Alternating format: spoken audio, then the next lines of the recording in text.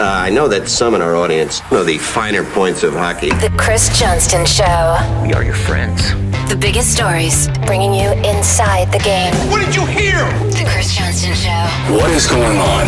Here's Chris with your host, Julian McKenzie. Part of the game. In the latter stages of this past weekend into early Monday, I noticed this growing hockey story out in Ukraine, which I'm sure that you've probably seen. I'm sure that a few other of our listeners and other people around the hockey world have seen.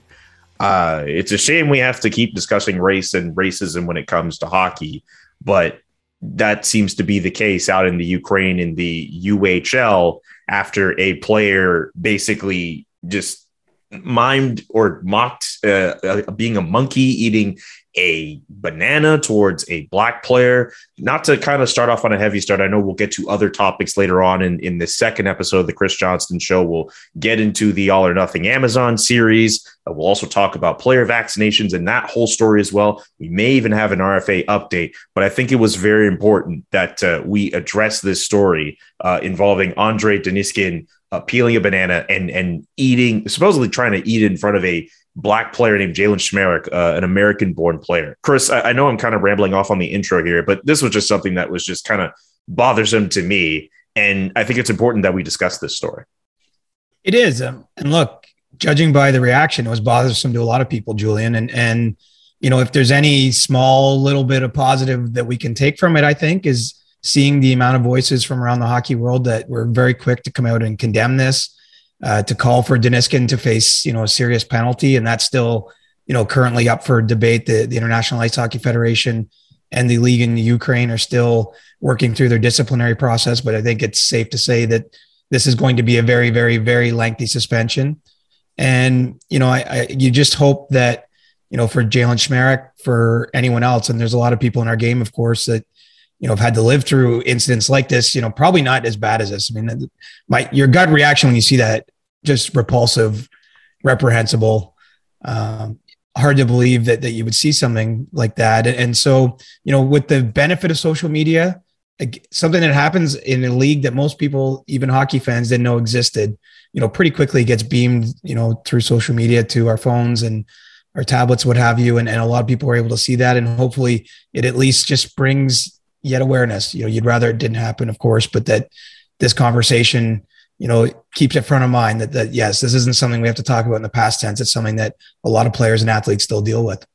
Yeah. And you brought up the player reactions and personnel. Like, I mean, James Duffy from TSN was like the first, I guess, hockey media person I saw comment on this, and he straight up condemned it. I've seen some other past and present NHL players, including Anthony Duclair, who mentioned, and I'm paraphrasing a little bit here, that he's essentially waiting on this suspension, and this could have an impact on the hockey world in a sense with how this kind of stuff could be judged. Do you get that same sentiment? Because I feel like it should. And I know I've seen other people say like, oh, you know, there should be a lifetime ban thrown at this guy.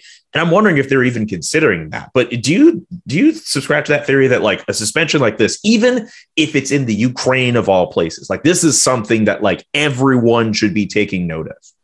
I wouldn't have been sure, quite honestly, and until seeing just the volume of conversation about this. You know, sometimes it's easy to turn your head the other way, right? Especially, you know, for me, let's call it as it is. I'm a white man. I'm in Canada. Even though I cover hockey for a living, you know, I've never had any association with that league. It's easy to look past it. And you know, I think it's nice that didn't happen.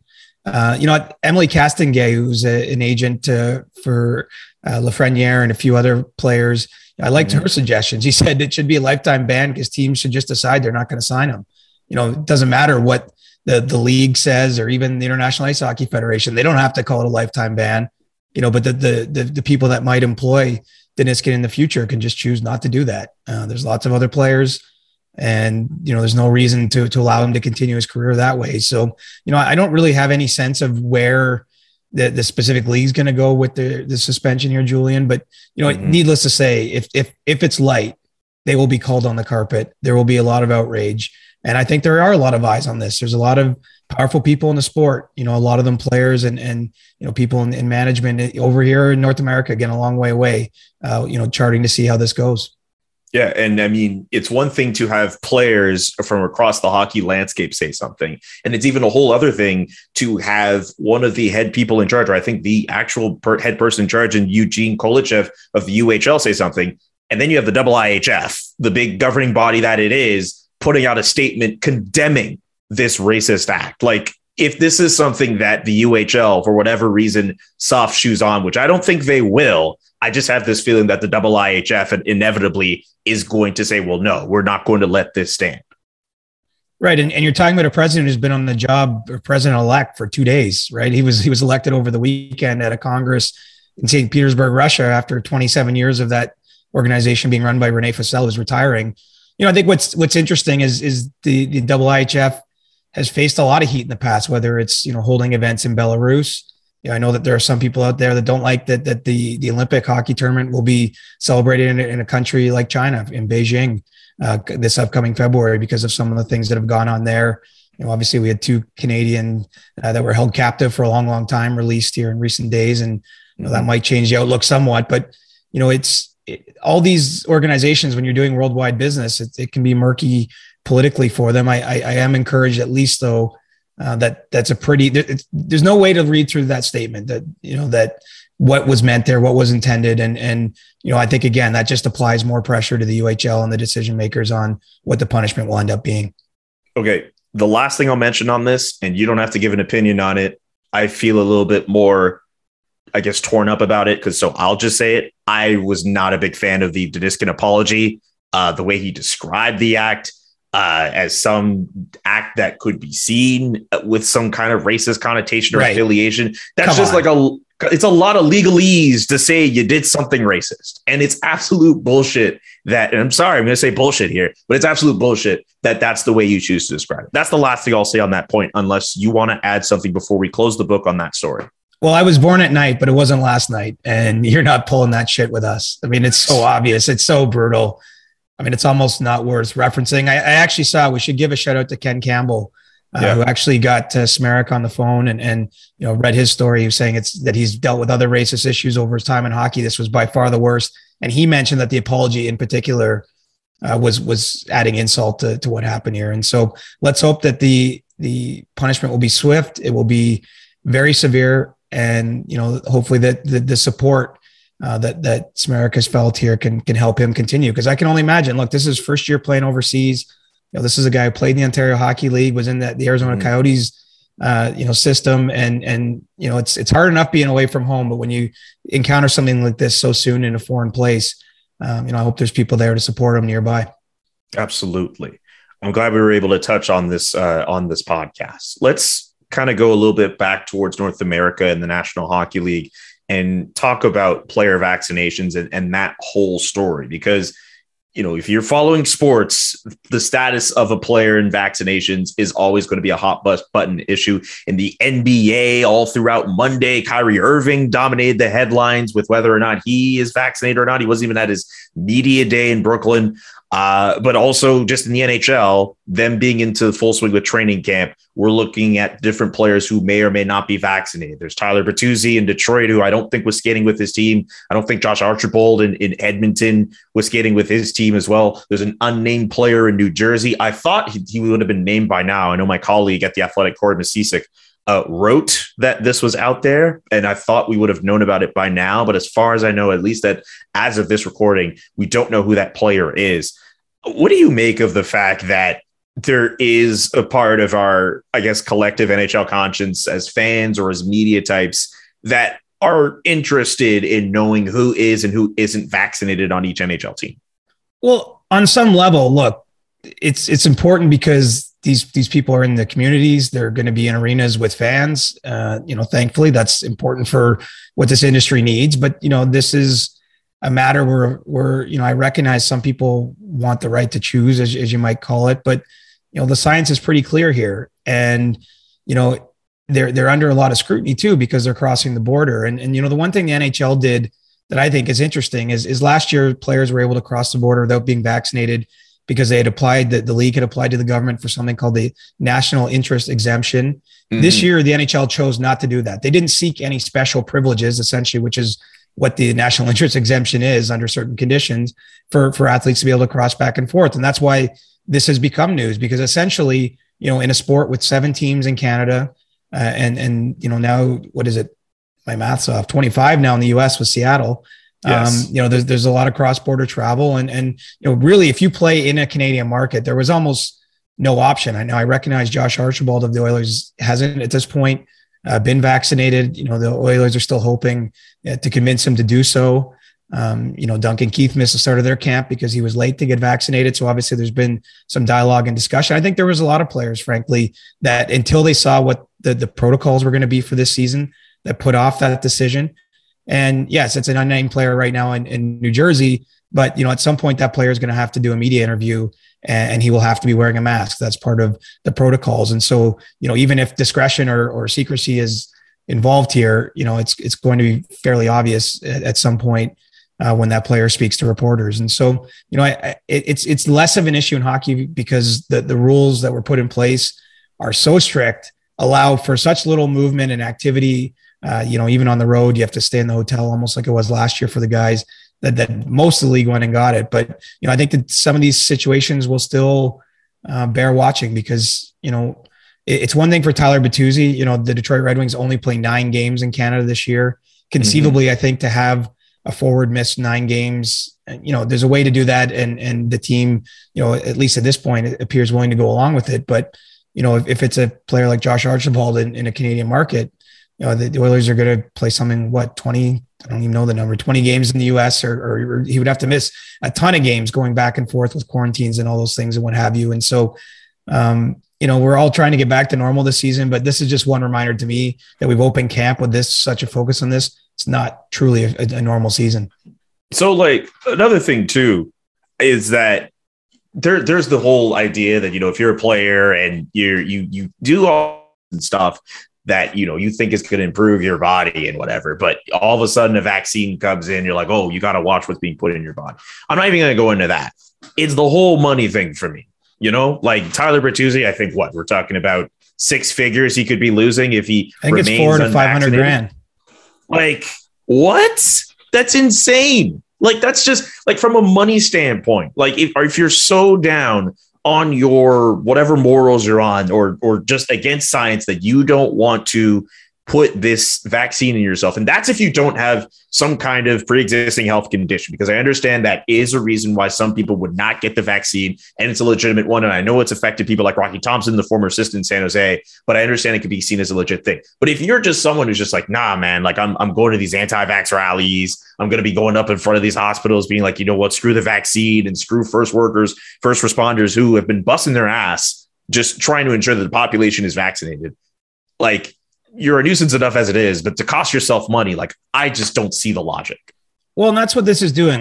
We forget that essentially the NHL and the teams within the NHL, it's a private business. And so, yes, of course, Tyler Bertuzzi or anyone else has the right to do what he wants with his body in this case, but it's going to have some consequences for him at work. And it shows, I guess, a lot of conviction in the decision. We saw Sylvain Lefebvre, who worked a long time to get back to the NHL as a coach.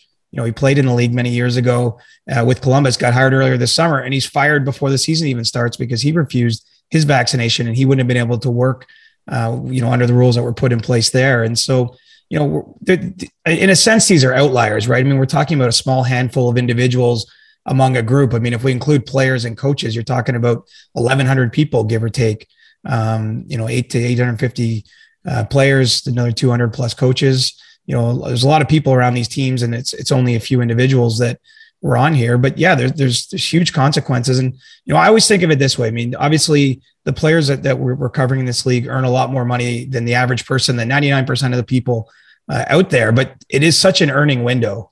And if you give up 400 to 500 grand, for example, you're not guaranteed to even have a paycheck at age 31 with the way the league's gone, right? It's sure there's a few notable older players in the leagues. Zdeno Chara is still going down with the New York Islanders, but the vast majority of guys are out of the league, by 30 nowadays. And so that's money you don't get back. Hard to understand really from a health standpoint.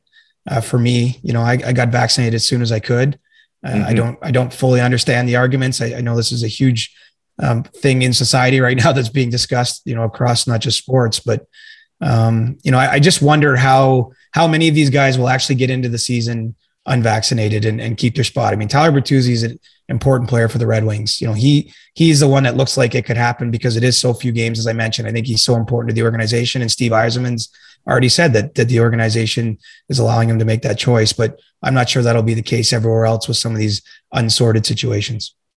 You mentioned you got vaccinated as quickly as you could. I'm the same way. And there are a lot of personal reasons why I wanted to get vaccinated, obviously. And I'm sure they're along the same lines as yours. You want to be close to your family. You want to be able to be around them and not have to worry about, not worry as much, I guess, about carrying COVID. But another big reason why I wanted to ensure I was vaccinated, I'm sure you feel the same as well, is the access to being at games. And that kind of leads to my next question. I know you're at the Leafs Canadians game over the weekend at I always get this wrong. It's not Scotiabank. It's Scotiabank Arena. I don't know why you go from Air Canada Center to Scotiabank Arena. That is a whole other discussion. I know why. The money got better. One deal to the next. Money, of course, got the Maple Leafs organization. Okay. Yes.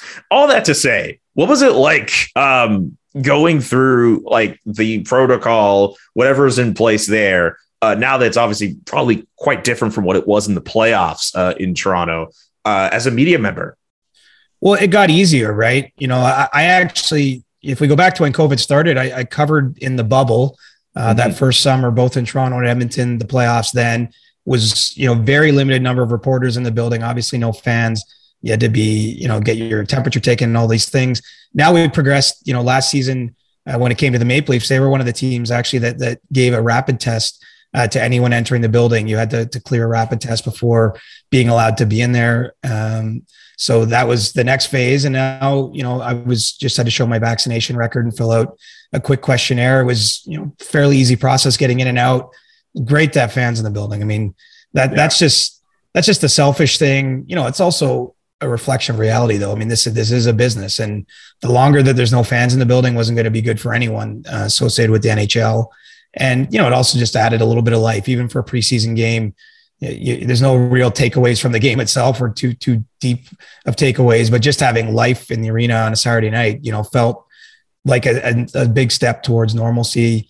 It seems like in Toronto, they're hopeful actually to get, a full building as soon as possible. Some of the regulations in Ontario, at least an indication that it might be headed that way. And so, I love that we're sort of moving towards that step, and, Edmonton, Calgary, Winnipeg are all going to have full rinks. So, we're behind what's going on in the US where we saw more fans last season, but it does feel like this year will be at least a step in the right direction in that regard. At least by the time everyone listens to this podcast, I will likely be at the Bell Center taking in a crowd that I think is like a third of capacity, or at least that's what the cap is at the Bell Center right now. But I'm 7,500, right? Exactly. Yeah. I've been told that I think I just need to, like, before, what you had to do is you had to like fill out some form just to prove that you're vaccinated. I just need like my vaccine passport to get in. So I'm looking forward at least to, a little bit of an easier time getting into an arena. And look, man, I'm just happy I'm vaccinated. If I have to get a booster shot, whatever, look, I just want to get on with my life at this point. But anyway, I don't want to. And I should mention too, yeah, go ahead. I don't think fans really care about media access. Like that too, they don't. Whenever reporters go on Twitter and whine about a media access, I get why fans don't like that. But I will say, as a reporter, someone who clearly has a bias in this, it's nice that, the protocols have been changed. We can get at least a little closer to the players, speak in person. I mean, it's a reminder, like Zoom is great. And Zoom, I think, has changed, the business world in certain ways. I mean, we're doing this right now over Zoom, and you're in Montreal. I'm in Toronto. We're able to seamlessly record a podcast right now. But, nothing replaces real human interaction, being in the same place. You can, if you botch your question, you can just sort of fix it in real time. The Zoom, you get a window and then it goes mute except for the player. It just feels a little more human that way. And I think it will be better for the league, the storytelling and all those sorts of things. Oh, yeah. I can't wait to tell my kids in like 20, 30 years, hey, your dad once upon a time had to ask questions through a laptop. Those are going to be weird days. Anyway, let's move on for vaccinations. I kind of want an RFA update because we're still going through training camp, preseason's on, and there's like 3 RFAs still without their dossiers being resolved. And that's the Brady Tkachuk dossier in Ottawa and Elias Pettersson and Quinn Hughes in Vancouver. Do you have any updates on those three players? Yeah, well, they're still skating together in Michigan, so they're hanging out. That they've got some company with each other while working through the business side of things here. And you know what stands out to me really is the length of term on these contracts. I think that will ultimately hold the key to solving all three situations. You know, for Brady Tkachuk, you know, what he and the Senators had been focused on for the longest time, you know, going back into the summer, was trying to reach an 8-year contract. You know, we saw Thomas Chabot sign an 8-year deal a few years ago in Ottawa. I think that they are anxious to lock up their young core players, of course, which Brady Tkachuk is a part of. But, you know, now you're into camp. You're not finding the common ground needed to make that kind of deal work. You know, I think Brady Tkachuk would like over $8 million average across, you know, an 8-year deal. And so, you know, I wonder about the 3-year option, if that's the way to solve this. You know, Matthew, Brady's brother, signed a 3-year bridge deal with Calgary, the Calgary Flames, coming out of entry level. You know, so there's some precedent there. It's a way to keep the number down for the team and for the player. Look, it gives you a chance to earn money right away, more money than you were earning on your first NHL contract, but also add to your resume and at a pretty young age, set you up to negotiate the next deal. And so, you know, I think in Ottawa that could be, you know, how the logjam gets broken up, or how maybe they find a solution, you know, to their stalemate. And, you know, I would not be surprised to see him get in there on a 3-year deal. You know, with the Canucks, it's a little different, right? The dynamic's different. Ottawa's got tons of cap space. You know, the Canucks are trying to fit these guys into a small box, a small window of available money that they can spend. You know, and I think in a perfect world, Jim Benning, Canucks management, would love to sign both guys to an 8-year deal. I mean, they're two most valuable players on the team. You're buying safe years. You're basically buying them all for the rest of their 20s, when they're going to be at their peaks as NHL players. But what their values, what their comparables are on an 8-year deal, you can't do. And so generally what teams try to do, right, that they either try to sign you for 3 years, which we call the bridge deal, coming out of entry level. Some do 5 years. That was Austin Matthews with the Leafs, was one of the first. And, you know, players like that, because they're only giving up one UFA year in doing that. And then teams, you know, tend to like a 6, 7, or 8-year deal, because, as I say, you're buying basically the entire prime of a player's life. What you don't see almost ever is a 4-year deal, Julian, because that takes a player straight to free agency. You become a free agent after 7 NHL seasons or age 25. But I wonder with Elias Pettersson if there's a chance you see a 4-year deal. And if that happened, it would be extremely unusual. You know, I'm led to believe he doesn't have much interest in the 3-year option. Naturally, the team would go push against the idea of a 4-year option, just because, you know, it does take him straight to free agency. But, you know, that might be one way to solve, you know, his situation. Because as we mentioned in the last show, you know, a 5-year contract maybe gets him to Kirill Kaprizov's number of $9 million. And so, you know, a way to keep that average number down below is perhaps doing something which we don't see too often, is a 4-year deal. You know, I wonder in the case of Quinn Hughes, you know, if a 5-year contract makes the most sense for him, that would be 1 year shy of the 6-year deal Cale Makar got. And you know, really what the teams and players are doing in this situation, right, is they're trying to bend all the comparables in their favor. You know, I think, you know, in both Hughes and Pettersson's, you know, from their side of things, there's tons of favorable comparables now, because the market has really taken a jump up during the summer. And so, you know, I think we might see a little different terms on their deal also provide a solution. But, you know, at this point in time, what I can tell you is it doesn't sound like anything is certainly inevitable or too close, but that can change with one phone call. So basically those three guys are going to just continue skating and just hanging out and just being the best of buddies, while the rest of their guys just continue on with their training camps. And not like any other team is going to look at their roster and be like, hey, how about we tender an offer sheet to one of these three, right? Like that's what would set everything off. If some team was just, It would, but I think that ship has sailed. You know what I mean? Like that was probably going to happen in the summer if it was going to happen. Just there's so few teams that have the money to really take a big swing on an offer sheet. And you know, in the case of Quinn Hughes, he's what's called a 10-2C, I believe it is. But, you know, he's actually not eligible for an offer sheet because he hasn't played 3 full years in the league. So, you know, I don't see the offer sheet really being the pressure point there. But, you know, October 12th, October 13th, whenever the first games are for these teams, you know, that is a bit of a pressure point because no one wants to see a player miss real time and be playing catch up the whole year. And so, you know, I'm still optimistic you'll see, you know, some resolution here, but we got a couple of weeks to play with before that necessarily comes to pass. especially for those two markets where those players are not just anybody. Those are players who are supposed to be cornerstones for each of those respective franchises. So appreciate the RFA update, because I always like to be in the know about that. And also I get a sense of how it works in terms of buying UFA years. Thank you for explaining that all to me like I'm 5 years old. I actually genuinely appreciate it. Those cost more. That's the thing. You're going to be in your UFA years, man. You're going to be asking for double on the next podcast. I know it. Don't get me started. I still need an agent. I heard that you are among the lucky people who were able to watch the All or Nothing Amazon series with the Toronto Maple Leafs a little before everyone else. How does it feel to be part of this exclusive club where you get to watch stuff on screeners well before the rest of the public does? I believe the series comes out on Friday. It does come out Friday, but I binged it over the weekend. We had some rainy weather here in Toronto, so I watched 5 episodes back to back, 4 hours almost in total, a little less than 4 hours. And you know, I really liked it. It's funny. Like I'm fascinated to know what the reaction to this thing is going to be. I mean, look, there's two obvious camps, right? Like if you're a Leafs fan, if you're Dangle or Wild, you know, you're not going to want to watch this probably because it's not really the most memorable of seasons with the way it ended. But, you know, I still would argue, even as a reporter, and you know, I've been a reporter for a long time, I've earned these grays and the whiskers here.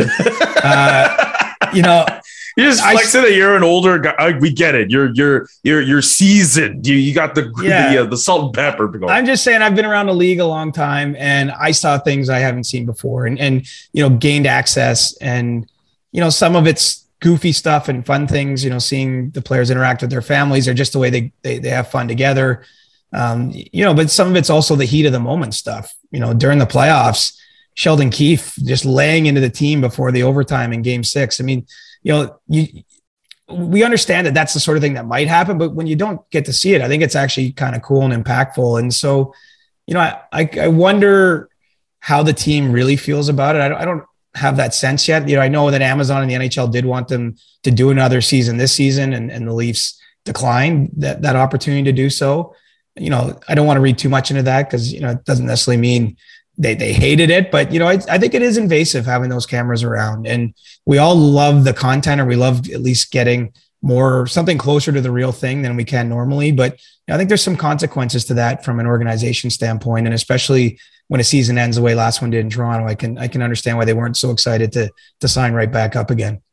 Yeah. The funniest thing about this to me is that we all know how this ended. Like, right. You're not going to go into that series and be like, oh, I wonder if the Leafs are going to find a way to do this. Like, how did Amazon find a way to make that series engaging when anyone who goes into it, who's a hockey fan, knows not only how it ended, but how fans are still like reeling off of how the Leafs ended their season?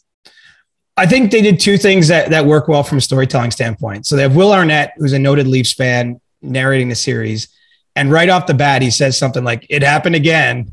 And it's like the handshake line and like all the Leafs sadness. And so like right off the top, they acknowledge, of course, you're watching this and you know, this didn't go so well. You know, the other maybe more understated thing that I think they used effectively is, you know, they showed a lot of scenes throughout the season where Sheldon Keefe is expressing concerns, you know, with leadership on the team, you know, talks with John Tavares or general manager Kyle Dubas, you know, talking about how he you know, they're getting these results because they did lead the North Division in the regular season from wire to wire. You know, didn't really face what we would typically call a ton of adversity. I mean, obviously there's injuries and things that every team contends with in every season, but you know, they kind of foreshadow what's coming and you know, focus in on, I think, some of the problems the coach was seeing even while they were winning a lot of games in the regular season that sort of, you know, popped up in the playoffs and led to them freezing in the big moment against the Canadians. And so, you know, I think that they were able to sustain it that way. But I will say too, though, that what it does is it sort of dampens some of the excitement or hype they can build up. I mean, like last season, remember, the cameras were there the whole time from day one until, you know, they lost Game 7 against Montreal. And so they got a lot of what I would call good stuff. You know, Austin Matthews won the goal scoring title by 8 goals. Jack Campbell set a record with 11 straight victories to start the season, NHL record for a goaltender. Obviously the Leafs won their first division in, I think it was 20 years. It's a long time anyway, but they couldn't really hype those moments up because everyone knows there's a but there coming. But, given some of those limitations, I think with the access, you do see things, you see moments where there's arguments and tension and, some of the best of sports. I still think they did well. I just don't know how the average viewer is going to view it, if they're going to just tune it out or what. But, I would recommend, giving it your 4 hours. And I also think teams are going to watch this and not want to be too eager to be part of this because, everything can look dumb in hindsight, right? Like there's a moment, for example, one that jumps into my mind when the Leafs are making the deadline deal for Nick Foligno. The camera's there in the war room. You have Brendan Shanahan and Kyle Dubas, and Dubas takes a call from Jarmo Kekalainen, and you can see like he knows he's probably overpaying in that moment, and you can see that he's sort of struggling with the decision to a certain degree. But ultimately he pulls the trigger, and the Leafs gave up a first and a fourth to get Foligno. They gave up another fourth to have an intermediary team keep half of his salary. And then, but we're watching that knowing that didn't work out. Nick Foligno got injured. The team didn't have any success.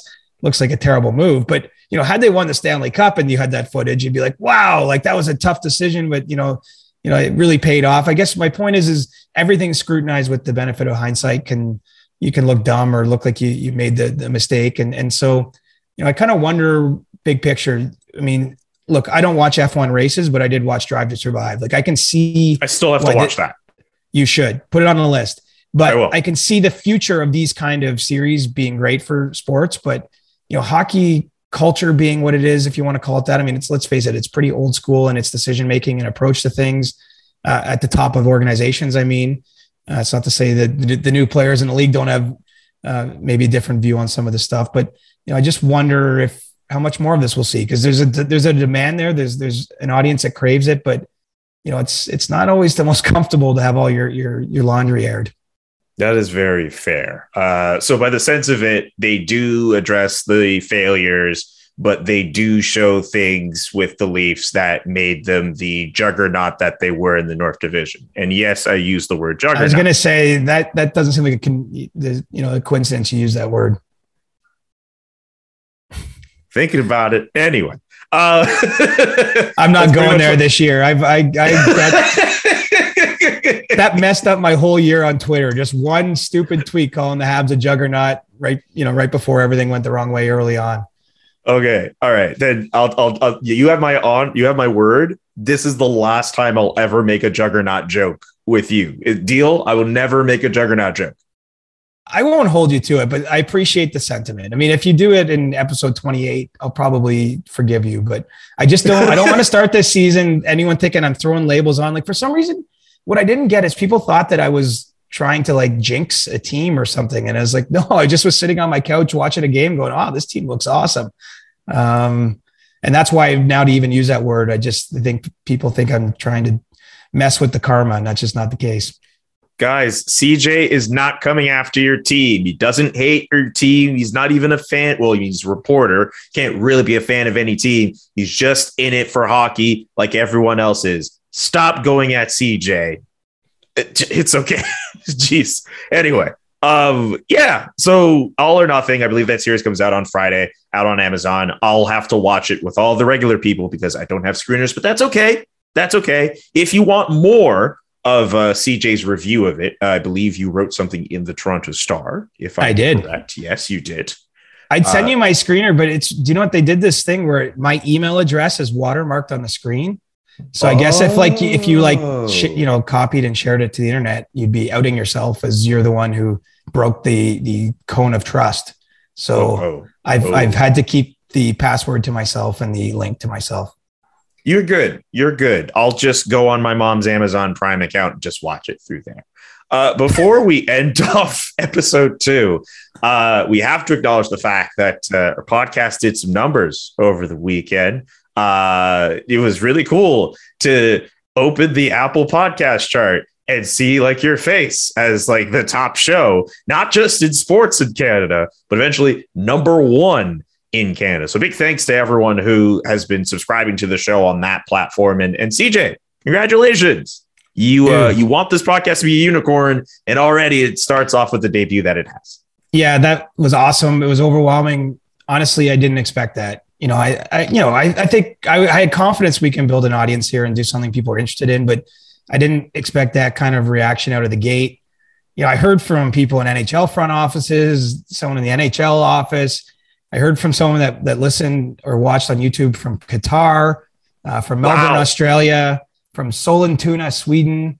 There's a guy from Finland jumped in my DMs. I mean, that's actually the cool thing. Like, it just reminds you, because you're recording this on an afternoon from my kitchen and looks like your bedroom there, your living room. Not sure where you're at, but like it's my office. You're not aware, your office. You're not aware of when you're recording something, you don't know who might be listening or watching and what they're doing with it. And so, that was really touching. I think it ups the bar for us. We better bring some heat here, buddy, and keep the good momentum going. But honestly, thank you for everyone who's out there listening and giving it your time and attention.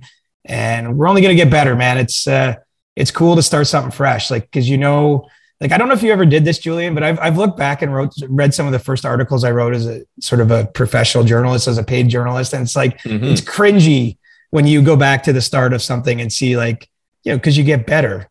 And I imagine one day we'll watch back the first episode and be like, oh, that was so cringe. We didn't even know what we didn't know at that time, but we're going to learn this thing together. And we're going to work with you audience too. And, thanks everyone for listening. Thanks everyone for listening to this episode and the first one, and for, just making this podcast experience as great as it's been so far.